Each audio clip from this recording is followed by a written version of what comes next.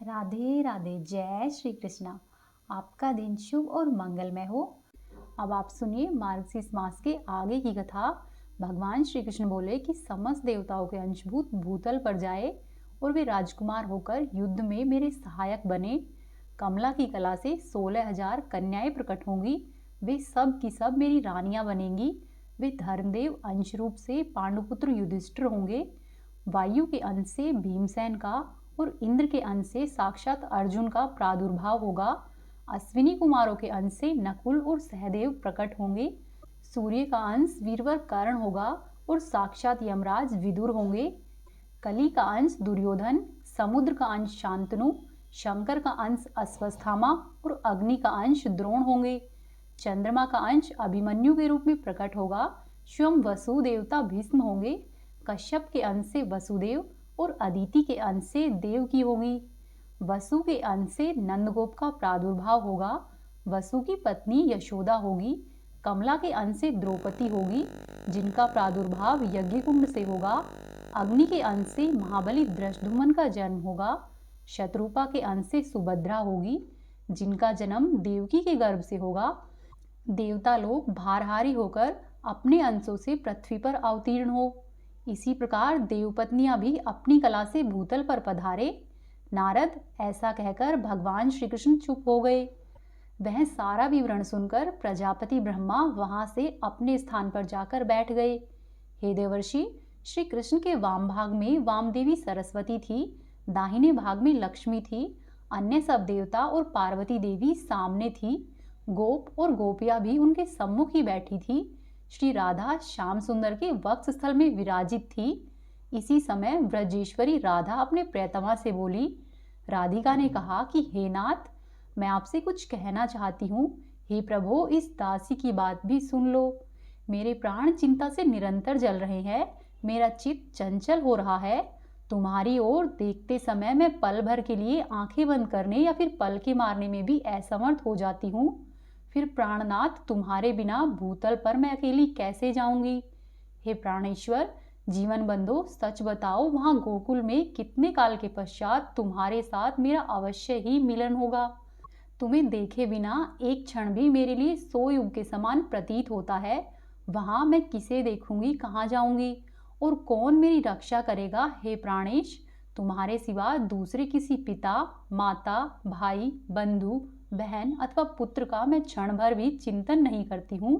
हे मायापते, यदि तुम भूतल पर मुझे भेजकर माया से आच्छन्न कर देना चाहते हो, वैभव देकर भुलाना चाहते हो, तो मेरे समक्ष सच्ची प्रतिज्ञा करो। हे मधुसूदन, मेरा मन रूपी मधु तुम्हारे मकरंद युक्त चरणारविंदों में नित्य ही भ्रमण करता रहे। जहाँ जहाँ भी जिस जिस योनि में जब भी मेरा जन्म हो, वहाँ वहाँ पर तुम मुझे अपना स्मरण एवं मनोवांछित दास्य भाव प्रदान करोगे। हे स्वामी, मैं भूतल पर कभी भी इस बात को नहीं भूलूं कि तुम मेरे प्रियतम श्री कृष्ण हो और मैं तुम्हारी प्रेयसी राधिका हूँ। हम दोनों का प्रेम सौभाग्य शाश्वत है। हे प्रभु, यह उत्तम वर मुझे अवश्य दो। जैसे शरीर छाया के साथ और प्राण शरीर के साथ रहते हैं, उसी प्रकार हम दोनों का जन्म एवं जीवन एक दूसरे के साथ बीते। विभो, यह श्रेष्ठ वरदान मुझे दे दो। भगवान, भूतल पर पहुंचकर कभी भी कहीं भी हम दोनों का पल भर के लिए भी वियोग नहीं हो। मुझे यह वरदान दे दो। हे हरे, मेरे प्राणों से ही तुम्हारा शरीर निर्मित हुआ है। मेरे प्राण तुम्हारे श्रीअंगों से विलग नहीं है। मेरी इस धारणा को कौन निवारण कर सकता है। मेरे शरीर से ही तुम्हारी मुरली बनी है और मेरे मन से ही तुम्हारे चरणों का निर्माण हुआ है। तात्पर्य यह है कि मैं तुम्हारी मुरली को अपना शरीर मानती हूँ और मेरा मन तुम्हारे चरणों से कभी भी अलग नहीं है। जो सामने एक दूसरे की स्तुति करते हैं, परंतु कहीं भी अपने प्रियतम में निरंतर आसक्त रहने वाली मुझ जैसी प्रेयसी नहीं है। तुम्हारे शरीर के आधे भाग से किसने मेरा निर्माण किया है, हम दोनों में भेद ही नहीं है। अतः मेरा मन निरंतर तुम ही में लगा रहता है। मेरी आत्मा, मेरा मन और मेरे प्राण जिस तरह तुम में स्थापित है, उसी तरह तुम्हारा मन, तुम्हारे प्राण और आत्मा भी मुझ में स्थापित है। अतः विरह की बात कानों में पड़ते ही आंखों का पलक गिराना बंद हो गया और हम दोनों आत्माओं के मन प्राण निरंतर ही दग्ध हो रहे हैं। तब श्री कृष्ण बोले कि देवी, उत्तम आध्यात्मिक योग शोक का उच्छेद करने वाला होता है, अतः उसे बताता हूँ, ध्यान पूर्वक सुनो। यह योग योगिंद्रों के लिए भी दुर्लभ है। सुंदरी, देखो, सारा ब्रह्मांड आधार और आधेय के रूप में विभाजित है। इनमें भी आधार से पृथक आधेय की सत्ता संभव नहीं है। फल का आधार है फूल, फूल का आधार है पल्लव, पल्लव का आधार है तना या डाली, तथा उसका भी आधार स्वयं वृक्ष है। वृक्ष का आधार अंकुर है, जो कि बीज की शक्ति से संपन्न होता है। उस अंकुर का आधार बीज है, बीज का आधार पृथ्वी है और पृथ्वी का आधार शेषनाग है। अर्थात सभी एक दूसरे के आधार है। शेष के आधार कच्छप है और कच्छप का आधार वायु है और वायु का आधार मैं स्वयं हूँ और मेरी आधारभूता तो तुम हो, क्योंकि मैं सदा तुम में ही स्थित रहता हूँ। तुम शक्तियों का समूह और मूल प्रकृति ईश्वरी हो। मैं तुम्हारी आत्मा निरी हूँ। तुम्हारा संयोग प्राप्त करके ही मैं चेष्टावान होता हूँ। शरीर के बिना आत्मा कहाँ और आत्मा के बिना शरीर कहाँ। देवी, शरीर और आत्मा दोनों की ही प्रधानता है। बिना दोनों के संसार कैसे चल सकता है। राधे, हम दोनों में भेद नहीं है। जहाँ आत्मा है वहाँ शरीर है। वे दोनों एक दूसरे से अलग नहीं है। जैसे दूध में सफेदी, अग्नि में दाह की शक्ति, पृथ्वी में गंध और जल में शीतलता है, उसी तरह तुम में मेरी स्थिति है। ध्वलता और दुग्ध में, दाही का शक्ति और अग्नि में, पृथ्वी और गंध में तथा जल और शीतलता में जैसे भेदभाव नहीं है, उसी तरह से हम दोनों में भी भेद नहीं है। मेरे बिना तुम निर्जीव हो और तुम्हारे बिना मैं अदृश्य हूँ। सुंदरी, तुम्हारे बिना मैं संसार की सृष्टि नहीं कर सकता, यह बात निश्चित है। ठीक उसी तरह जैसे कुम्हार मिट्टी के घड़े मिट्टी के बिना नहीं बना सकता, सुनार सोने के बिना आभूषण नहीं बना सकता, वैसे ही स्वयं आत्मा जैसे नित्य है, उसी प्रकार साक्षात प्रकृति स्वरूपा तुम नित्य हो। तुम में संपूर्ण शक्तियों का समाहार संचित है। तुम सबकी आधारभूता और सनातनी हो। लक्ष्मी, सरस्वती, पार्वती, ब्रह्मा, शिव, शेषनाग और धर्म, ये सभी मेरे प्राणों के समान है, परंतु तुम मुझे प्राणों से भी बढ़कर प्यारी हो। राधिके, ये सब देवता और देवियां मेरे निकट है, परंतु यदि तुम इनसे अधिक नहीं होती तो मेरे वक्ष स्थल में कैसे विराजमान हो सकती थी। सुशीले राधे, आंसू बहाना छोड़ो, साथ ही इस निसफल भ्रम का परित्याग करो। शंका छोड़कर निर्भीक भाव से वृषभानु के घर में पधारो।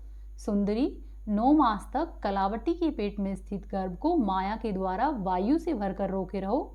10वां महीना आने पर तुम भूतल पर प्रकट हो जाना। अपने दिव्य रूप का परित्याग करके शिशु रूप धारण कर लेना।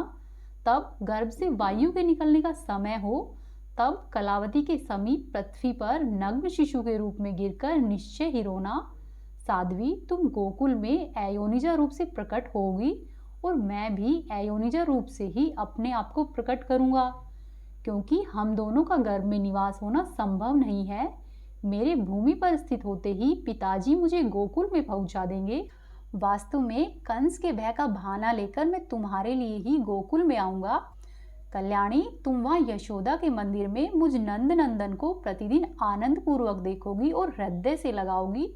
राधिके, मेरे वरदान से तुम्हें समय पर मेरी स्मृति होगी और मैं तुम्हारे साथ वृंदावन में नित्य ही स्वच्छंद विहार करूंगा। सुशीला आदि जो 33 तुम्हारी सखिया है, उनके तथा अन्यान्य बहुसंख्यक गोपियों के साथ तुम गोकुल को पधारो। सभी गोपियों को आश्वासन देकर गोलोक में ही रखकर तुम्हें गोकुल में जाना है। हे राधिके, मैं भी इन असंख्य गोपों को यहीं स्थापित करके पीछे से वसुदेव के निवास स्थान मथुरापुरी में पदार्पण करूंगा। मेरे प्रिय से प्रिय गोप बहुत बड़ी संख्या में मेरे साथ क्रीड़ा के लिए व्रज में चले और वहां गोपों के घर में जन्म ले। नारद ऐसा कहकर श्री कृष्ण चुप हो गए। देवता, देविया, गोप और गोपियां वहीं पर ठहर गई। ब्रह्मा, शिव, धर्म, शेषनाग, पार्वती, लक्ष्मी और सरस्वती ने बड़ी ही प्रसन्नता के साथ परात्पर श्री कृष्ण का स्तवन किया। उस समय उनके विरह ज्वर से व्याकुल तथा प्रेम व्याकुल गोपों तथा गोपियों ने भी भक्ति भाव से वहां श्री कृष्ण की स्तुति करके उनके चरणों में मस्तक झुकाया। विरह ज्वर से कातर हुई पूर्ण मनोरथा श्री राधा ने भी अपने प्राणाधिक प्रियतम हृदय वल्लभ श्री कृष्ण भगवान का भक्तिभाव से स्तवन किया। उस समय श्री राधा के नेत्रों में आंसू भरे हुए थे। वे अत्यंत ही दीन और भय से व्याकुल दिखाई देती थी। उन्हें इस अवस्था में देख स्वयं श्रीहरि ने सांत्वना देने के लिए सच्ची बातें कही। श्री कृष्ण बोले कि प्राण निधि के महादेवी, सुस्थिर हो, भय का त्याग करो। जैसी तुम हो वैसा ही मैं भी हूँ। मेरे रहते तुम क्यों चिंता करती हो? श्रीदाम के शाप की सत्यता के लिए कुछ समय तक मेरे साथ तुम्हारा वियोग रहेगा। तदंतर मैं मथुरा में आ जाऊंगा। वहां पर भूतल का भार उतारना, माता पिता को बंधन से छुड़ाना, माली, दर्जी और कुब्जा का उद्धार करना, कालियमन को मरवाकर मुचुकुंद को मोक्ष देना, द्वारिका का निर्माण करना, राजसू यज्ञ का दर्शन, 16,110 कन्याओं के साथ विवाह करना, शत्रुओं का दमन, मित्रों का उपकार, वाराणसीपुरी का दहन, महादेव जी को जम्भास्त्र से बांधना, बाणासुर की भुजाओं का काटना, परिजात का अपहरण, अन्यान्य कर्मों का संपादन, प्रभास तीर्थ की यात्रा में जाना, वहां मुनि मंडली का दर्शन करना, ब्रज के बंधुओं से वार्तालाप, पिता के यज्ञ का संपादन, वहीं शुभ बेला में पुनः तुम्हारे साथ मिलन तथा गोपियों का साक्षात्कार आदि कार्य मुझे करने हैं। फिर तुम्हारे आध्यात्मिक ज्ञान का उपदेश देकर वास्तव में तुम्हारे साथ नित्य मिलन का सौभाग्य प्राप्त करूंगा। इसके बाद मेरे साथ दिन रात तुम्हारा संयोग बना रहेगा। कभी भी क्षण भर के लिए भी वियोग नहीं होगा। इतना ही नहीं, वहां से तुम्हारे साथ पुनः व्रज में मेरा आगमन होगा। प्राणवल्लभे, वियोग काल में भी स्वप्न में तुम्हारे साथ मेरा सदैव ही मिलन होता रहेगा। तुमसे बिछुड़कर द्वारिका में जाने पर मेरे और मेरे नारायण अंश के द्वारा उपयुक्त कार्य संपादित होंगे। फिर वृंदावन में तुम्हारे साथ मेरा निवास होगा। फिर माता पिता तथा गोपियों के शोक का पूर्णतः निवारण होगा। भूतल का भार उतारकर तुम्हारे और गोप गोपियों के साथ मेरा फिर से गोलोक में आगमन हो जाएगा। हे राधे, मेरे अंशभूत जो नित्य ही परमात्मा नारायण है, वे लक्ष्मी और सरस्वती के साथ वैकुंठ लोक को पधारेंगे। धर्म और मेरे अंशों का निवास स्थान श्वेत द्वीप में होगा। देवताओं और देवियों के अंश भी अक्षय धाम को पधारेंगे। फिर इसी गोलोक में तुम्हारे साथ मेरा निवास होगा। हे कांते, इस प्रकार समस्त भावी शुभाशुभ का मैंने वर्णन किया है। मेरे द्वारा जो निश्चित हो चुका है उसका कौन निवारण कर सकता है? तदंतर श्रीहरि ने देवताओं और देवियों से समायोजित बात कही। कहा कि देवताओं, अब तुम लोग भी भावी कार्य की सिद्धि के लिए अपने अपने स्थान को जाओ। पार्वती देवी, तुम अपने दोनों पुत्रों तथा स्वामी के साथ कैलाश पर्वत को जाओ। मैंने जो कार्य आपके जिम्मे लगाया है वह सब यथासंभव पूर्ण करो। हे व्रजेश्वरी राधे, गणेश जी को छोड़कर से छोटे बड़े सभी देवताओं और देवियों का कला द्वारा भूतल पर अवतरण होगा। तदंतर लक्ष्मी, सरस्वती तथा श्री राधा सहित पुरुषोत्तम श्रीहरि भक्ति भाव से प्रणाम करके सब देवता आनंद पूर्वक अपने अपने स्थान को चले गए। श्रीहरि ने जिस कार्य का आयोजन किया था उसे सफल बनाने के लिए वे व्यग्रता पूर्वक भूतल पर पधारे, क्योंकि स्वामी का बताया हुआ स्थान देवताओं के लिए भी दुर्लभ था। श्री कृष्ण ने राधा से कहा कि प्रिय, तुम पूर्व निश्चित गोप गोपिकाओं के समुदाय के साथ वृषभानु के निवास गृह में पधारो। मैं मथुरापुरी में वसुदेव के घर जाऊंगा। फिर कंस के भय का बहाना बनाकर गोकुल में तुम्हारे समीप आ जाऊंगा। लाल कमल के समान नेत्रों वाली श्री राधा श्री कृष्ण को प्रणाम करके प्रेम विच्छेद के भय से कातर हो उनके सामने फूट फूट कर रोने लगी। वे ठहर ठहर कर कभी कुछ दूर तक जाती और जा जाकर बार बार लौट आती। लौटकर पुनः श्रीहरि का मुंह निहारने लगती। सती राधा शरतकाल की पूर्णिमा के चंद्रमा की ही तरह प्रभु के मुखचंद्र की सौंदर्य माधुरी को अपने नेत्रों में बार बार उतार रही थी। तदंतर परमेश्वरी राधा प्रभु की 7 बार परिक्रमा करके 7 बार प्रणाम करने के बाद पुनः श्रीहरि के सामने खड़ी हो गई। इतने में ही करोड़ों गोप और गोपियों का समूह वहां पर आ पहुंचा। उन सब के साथ श्री राधा ने पुनः श्री कृष्ण को प्रणाम किया। तत्पश्चात 33 सखी स्वरूपा गोप किशोरियों और गोप समूहों के साथ सुंदरी राधा श्री कृष्ण को मस्तक झुकाकर भूतल के लिए प्रस्थित हुई। वे सब के सब श्रीहरि के बताए हुए स्थान नंद गोकुल को गए। फिर राधा वृषभानु के घर में और गोपियां अन्यान्य गोपों के घर में गई। गोप गोपियों के सहित श्री राधा के भूतल पर चले जाने पर श्रीहरि भी शीघ्र ही वहां पहुंचने के लिए उत्सुक हुए। गोलोक के गोपों और गोपियों से बात करके उन्हें अपने अपने कामों में लगाकर मन की गति से चलने वाले जगदीश्वर श्रीहरि मथुरा में जा पहुंचे। पहले देवकी और वसुदेव के जो पुत्र हुए उन्हें कंस ने तत्काल मार डाला। इस तरह उनके 6 पुत्रों को उसने काल के गाल में डाल दिया। देवकी का 7वां गर्भ शेषनाग का अंश था, जिसे योगमाया ने खींचकर गोकुल में निवास करने वाली रोहिणी जी के गर्भ में स्थापित कर दिया। फिर वह श्रीहरि की आज्ञा से चली गई। आज के अध्याय में यहीं तक। इससे आगे की कथा आप सुनेंगे कल के अध्याय में। यदि आपको आज की कथा अच्छी लगी है तो वीडियो को लाइक कीजिए और वीडियो पे कमेंट भी कीजिए।